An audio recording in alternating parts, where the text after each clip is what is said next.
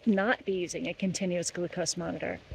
I hear a lot of people say everyone should use one of these, and I think most people would benefit from using one at least once.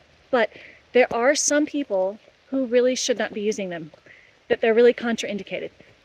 So my name is Karen Kennedy. I'm a functional nutritionist specializing in helping people use continuous glucose monitors to improve their blood sugar control and optimize their metabolic health. And it's raining. So I think it's hard to generalize this, but I would say that if there's cautions to be had, it's with eating disorders. But I'm gonna nuance that just a little bit. People can get overly obsessed about their weight, about numbers on a scale, about their size, about their appearance. And so people with certain types of eating disorders or obsessive compulsive disorder, anxiety, where a continuous glucose monitor is going to cause more problems than it solves. So the obvious examples of that would be anorexia nervosa, but also eating disorder called orthorexia, which is where there's an over focus on consuming only pure foods, being a little overly focused on health. And that can really fly under the radar because people are like, I just want to be healthy. But you know, what's going on in the head could be an over focus. Now, I don't want to say that everybody with disordered eating should be cautioned here. I do think nearly everyone should have some supervision, at least a couple of calls with a professional, you know, to bounce things off another person so that you know what's normal, what's healthy. Is this worth worrying about or not? Everyone could use that. But, you know, for example, let's take someone with binge eating disorder. Now, some people with like a type of bulimia where they use exercise for purging, they're building across the street. Sometimes this can get a little too obsessive as well. However, I've worked with people who have a binge eating disorder and anxiety, and they're really disconnected from their bodies. And sometimes with supervision, when I say supervision, I'm not talking like a child. I mean like a connection with another human.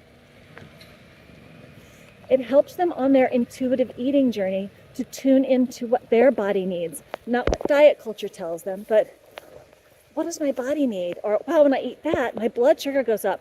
Oh, this is what it feels like when my blood sugar does that. How can I change my meal to make it a little more even?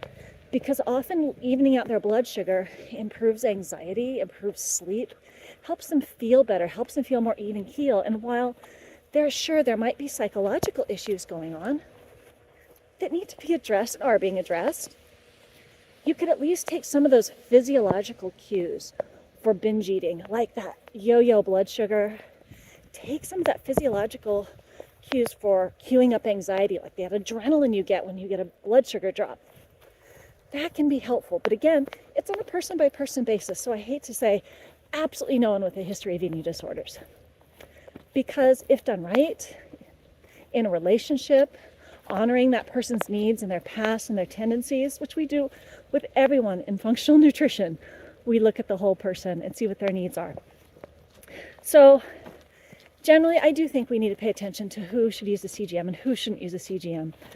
But I think as long as you're doing it in a relationship, that you're going to be okay.